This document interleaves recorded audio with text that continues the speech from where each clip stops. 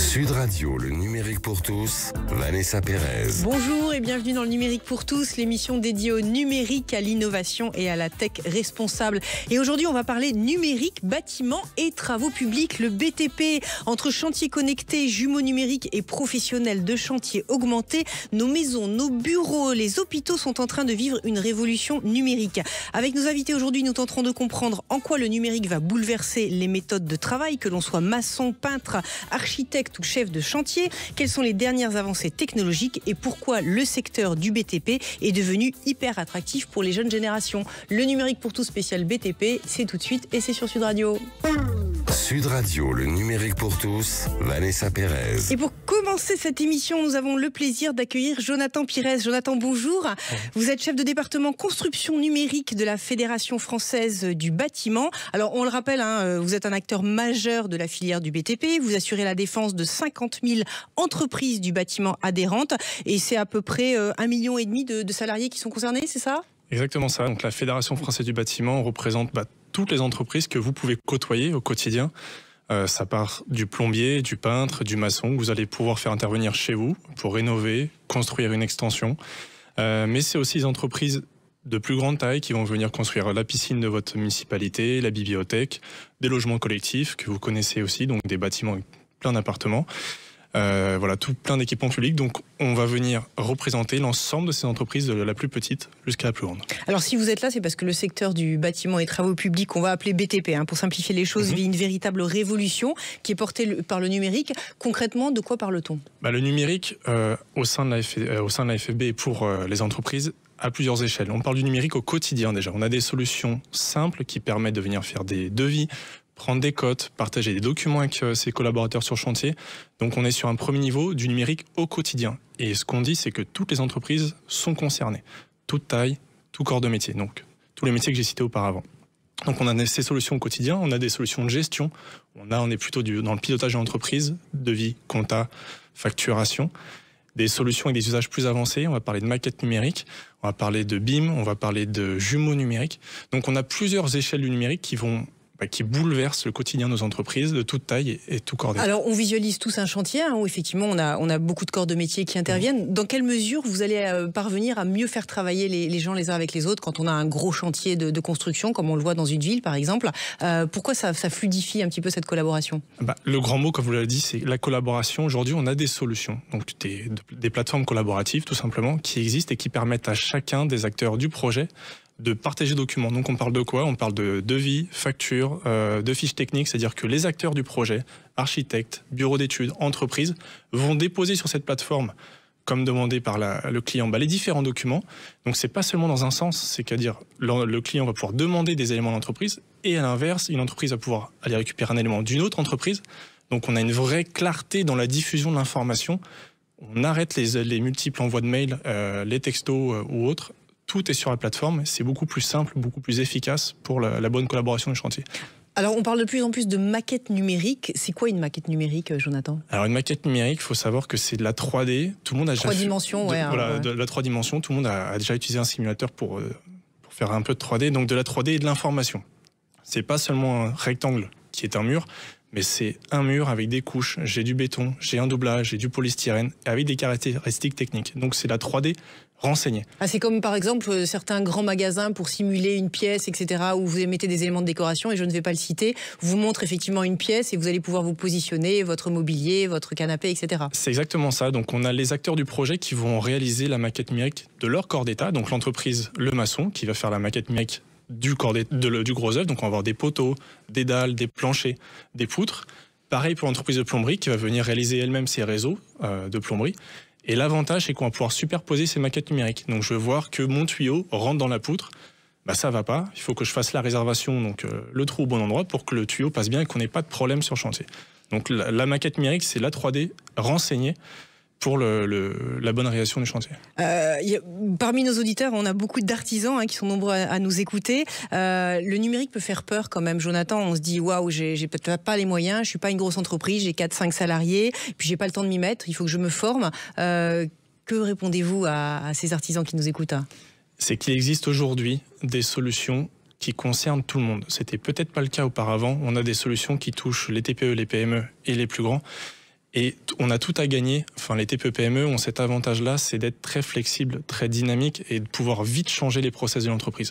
Donc il faut foncer, ces solutions existent, il y en a pléthore, on incite vraiment à tester les solutions, parce que des fois ça peut être de l'ergonomie, des fois ça peut être la bonne prise en main par les collaborateurs.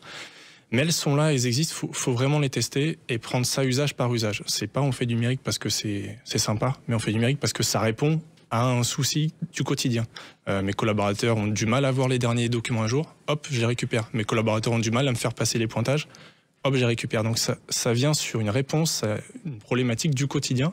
Et ça existe. Et Jonathan, on parle de plus en plus aussi d'objets connectés dans le numérique. Et on a même des drones, des capteurs. Quelle est leur légitimité sur un chantier ? Eh ben, c'est très pratique, ça fait gagner du temps et ça nous fait... Mais le drone, par exemple, qu'est-ce que vous en faites le drone, sur on un a chantier ? tout plein d'entreprises, notamment, je prends l'exemple des couvreurs, qui ont des drones. Vous allez me dire pourquoi faire ? Pourquoi faire ? Au lieu de monter sur le toit du particulier, j'envoie mon drone qui va venir faire un relevé 3D de la toiture, de la couverture, ce qui fait que de retour au bureau, l'entreprise va pouvoir faire un devis plus simplement, plus rapidement.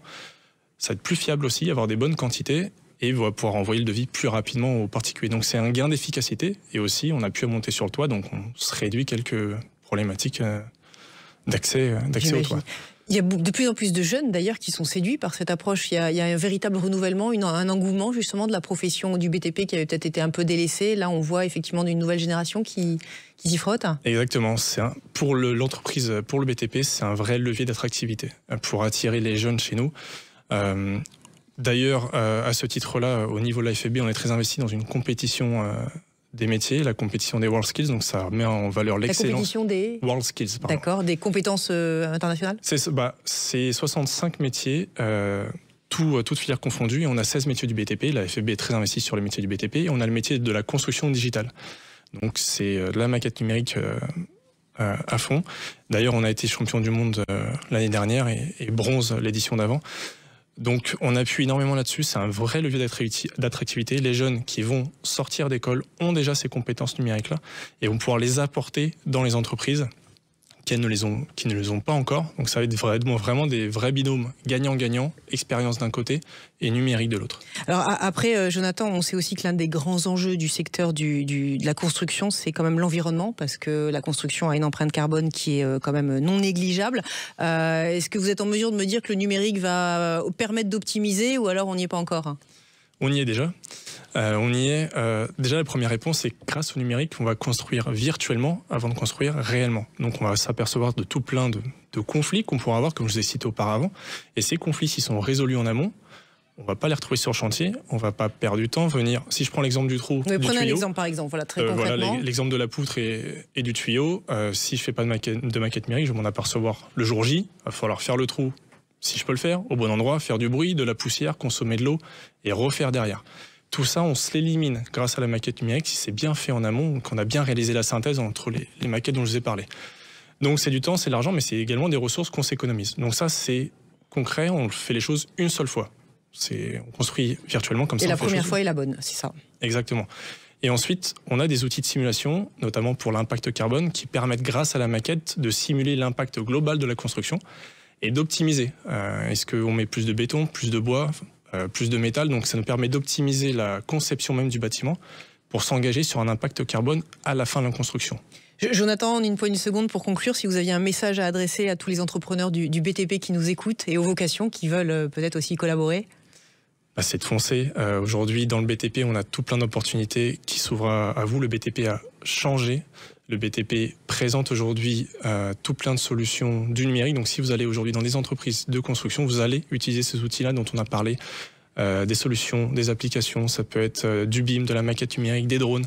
Donc nos métiers ont changé, ont pris en considération toutes ces évolutions et continuent à avancer. Et la formation est essentielle. Donc on va sur la page Fédération Française du BTP et on trouve toutes ces informations. Exactement. Donc on accompagne tous nos adhérents. On a des vidéos, témoignages, on a des e-learning, on a tout plein de fiches pratiques qui permettent à nos adhérents de se saisir du sujet, le mettre en place, le comprendre Et aussi, on les rencontre, que ce soit dans les départements, dans les régions, avec le tout terrain plein à la d'événements. rencontre, essentiel. Exactement. Merci beaucoup, Jonathan Pires, pour la Fédération française du bâtiment. Et tout de suite, j'ai le plaisir d'accueillir Thierry Lenenbach. Bonjour Thierry, vous êtes administrateur délégué à l'Alliance du bâtiment.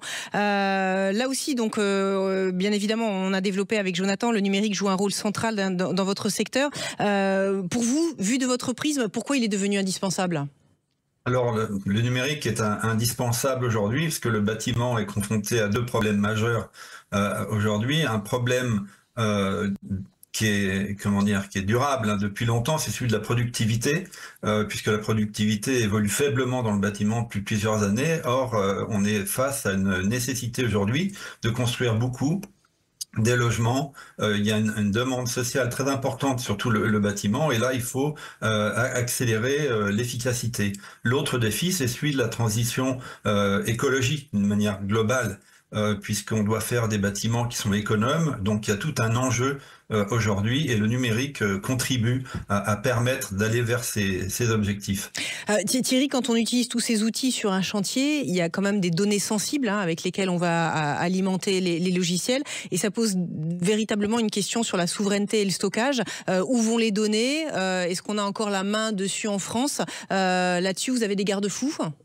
Oui, alors justement, c'est ce à quoi essaye de contribuer l'Alliance du bâtiment numérique, c'est de produire des systèmes ouverts, open source, avec un format de données qui est interopérable, qui permet à l'ensemble des logiciels de discuter entre eux et de faire en sorte que les différents utilisateurs soient pas prisonniers de leur logiciel. Alors effectivement, on peut foncer, mais il faut pas foncer les yeux fermés, puisqu'aujourd'hui on sait très bien que les plateformes captent les données, les récupèrent pour pouvoir les utiliser.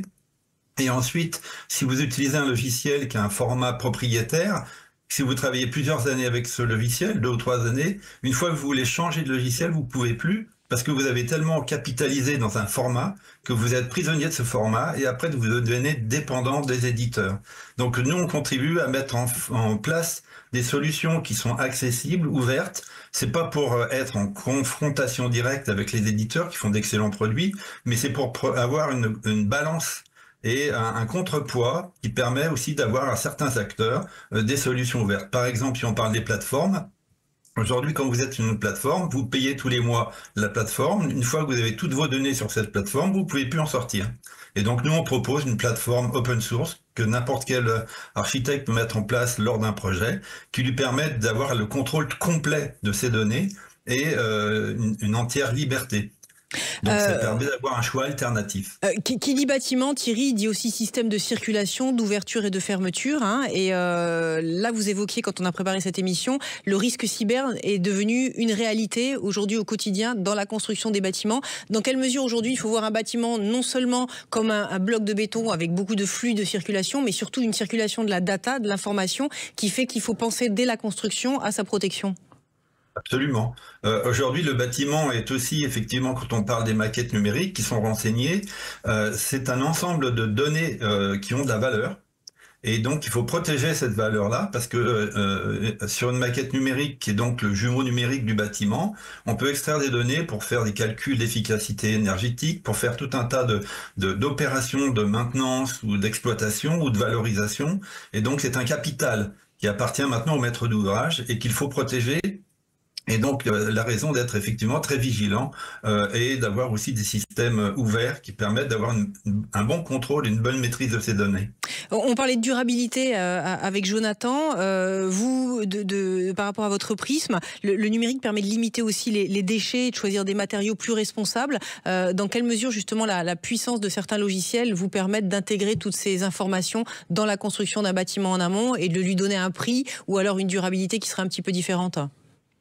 Tout à fait. Si on arrive à intégrer des données qui sont faciles à utiliser entre différents types de logiciels, on peut effectivement avoir des estimations, faire des calculs sur les différents bâtiments tels qu'ils fonctionnent. On travaille aussi, par exemple, dans le sens du réemploi. Aujourd'hui, on peut tout à fait faire, quand on fait du réemploi, on peut rentrer dans une base de données tous les matériaux qu'on a récupérés et les mettre à disposition d'autres opérateurs pour pouvoir revaloriser les matériaux. Donc il y a la donnée est une grande valeur.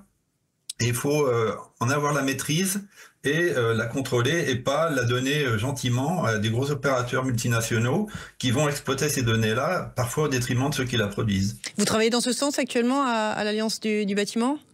C'est tout à fait l'objet de l'Alliance du bâtiment. On a dans notre conseil d'administration des organismes professionnels comme les CAPEB, le CINAMOM, le CINOV, donc des opérateurs professionnels, des organismes professionnels, mais aussi des entreprises, des maîtres d'ouvrage, qui sont très soucieux de cette question-là, de la maîtrise de la donnée et d'avoir des systèmes qui sont interopérables et faciles à mettre en œuvre pour l'ensemble des acteurs.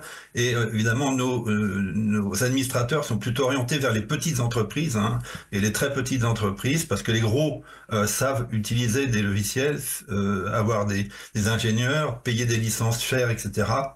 C'est pas le cas de la grande majorité des petites entreprises. Merci beaucoup Thierry Lenbach. Je rappelle que vous êtes administrateur délégué chez Alliance du bâtiment. Restez avec nous dans quelques instants. Nous découvrirons à quel point le bois, qui est aussi une filière du secteur du BTP, est un matériau d'avenir. Le numérique pour tous spécial BTP, ça continue dans quelques instants et c'est sur Sud Radio. Sud Radio, le numérique pour tous, Vanessa Pérez. Et pour continuer cette émission, et parce que le bois fait aussi partie de la filière BTP, j'ai le plaisir d'accueillir un spécialiste, Jean-Luc Sandoz. Jean-Luc, bonjour.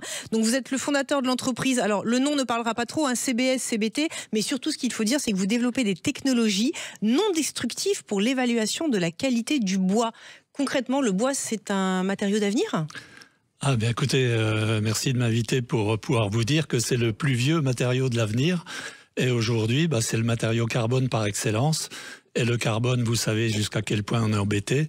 Donc, chaque seconde qui passe, les forêts stockent du carbone. Et derrière, on construit en bois pour continuer de stocker ce carbone. Donc, c'est une filière en plein développement avec des enjeux très forts sur la neutralité carbone. Et pour comprendre, dans un bâtiment, utiliser du bois, ça a des vertus si on pondère entre le béton et le bois ? Alors bien sûr, on va mettre le bon matériau au bon endroit, c'est-à-dire que dans les fondations, on continue de mettre un peu de béton, même si on pouvait mettre des troncs d'arbres, mais tout ce qui est aérien, et notamment tout ce qui est structure, c'est-à-dire les murs, les planchers, la charpente, ça va être du matériau bois sous différents types. Et c'est cette pluralité de matériaux qui va permettre de faire baisser l'indicateur carbone du bâtiment, et donc de transiter vers des matériaux, des constructions qui soient plus bas carbone. Alors, un petit cours de science, là, en 30 secondes. Les vertus du bois, dites-nous, quelles sont-elles ? Donc, les vertus du bois, c'est un matériau naturel. C'est quoi comme matériau naturel ? C'est un arbre qui a mangé, pour faire 1 mètre cube, il a mangé 1 tonne de CO2 et il a bu 1 demi-mètre cube d'eau. Très bien. Et il vous a donné de l'oxygène. Donc, dès que j'utilise ce bois, je stocke le carbone. Je peux l'utiliser de beaucoup de manières différentes. Je peux l'utiliser en bois rond type rondin pour faire des poteaux de ligne. Je peux le scier, je peux le recoller, je peux le cintrer, je peux faire des formes. Donc, on a un très très large vocabulaire avec les matériaux bois d'aujourd'hui. Et donc, on continue de développer des solutions d'ingénierie pour justement faire des grandes structures. Notre domaine, c'est les structures grande portée.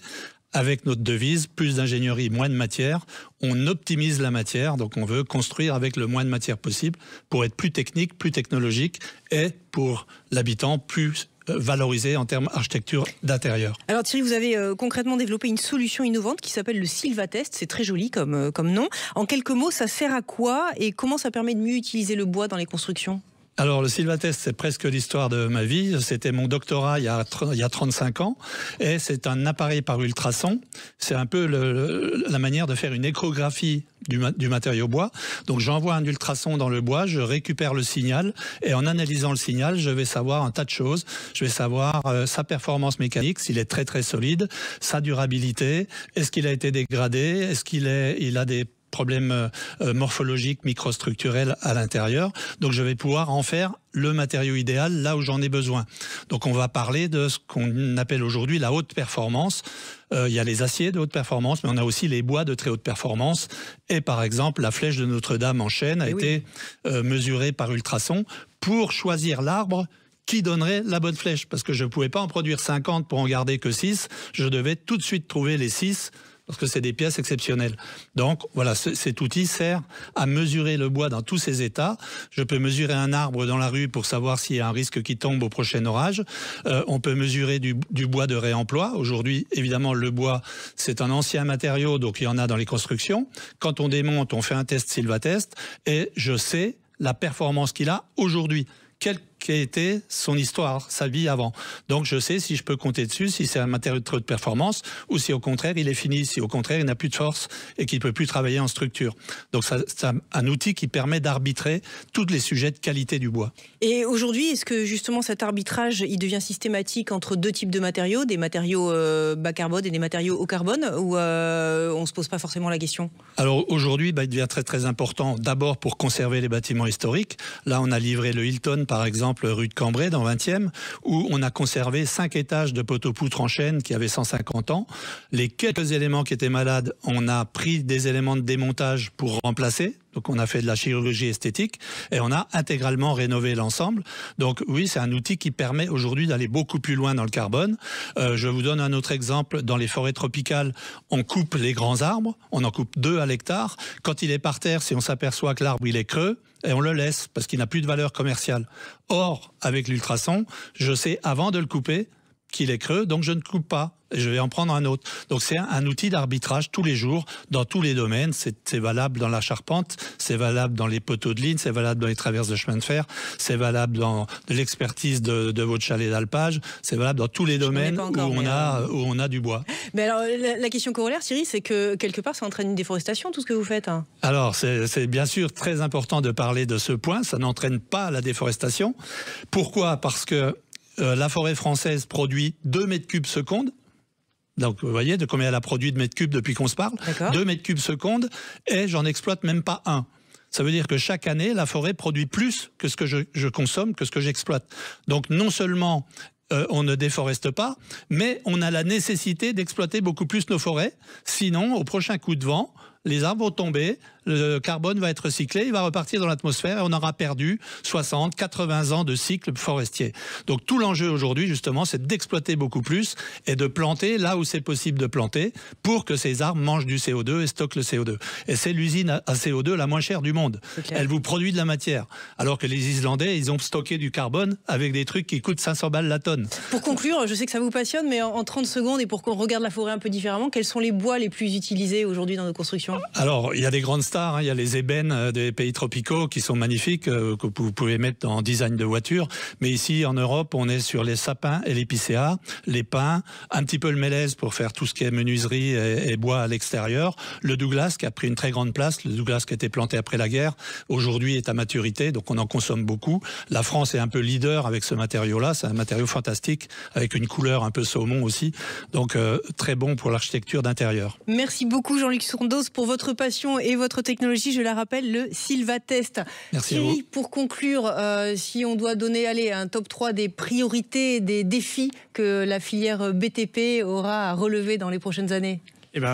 Pour ce qui est en termes d'innovation et de l'émission, on a 3 enjeux: l'environnement, la productivité et l'attractivité des jeunes dans nos métiers. Donc aujourd'hui, c'est trouver les solutions, accompagner les entreprises pour répondre à ces enjeux du quotidien. Ces solutions existent ou sont encore en développement, donc voilà, on a tout ce qu'il faut pour bien faire à l'avenir. Merci beaucoup Jonathan Pires, merci Jean-Luc Sondos et merci Thierry Ledenbach. Le numérique pour tous, c'est fini pour aujourd'hui. Je rappelle que vous pouvez retrouver toutes nos émissions en podcast sur l'application Sud Radio et sur vos réseaux sociaux préférés. Il est temps pour moi de vous souhaiter une excellente fin de week-end à la maison ou dans les bois et de vous dire à la semaine prochaine.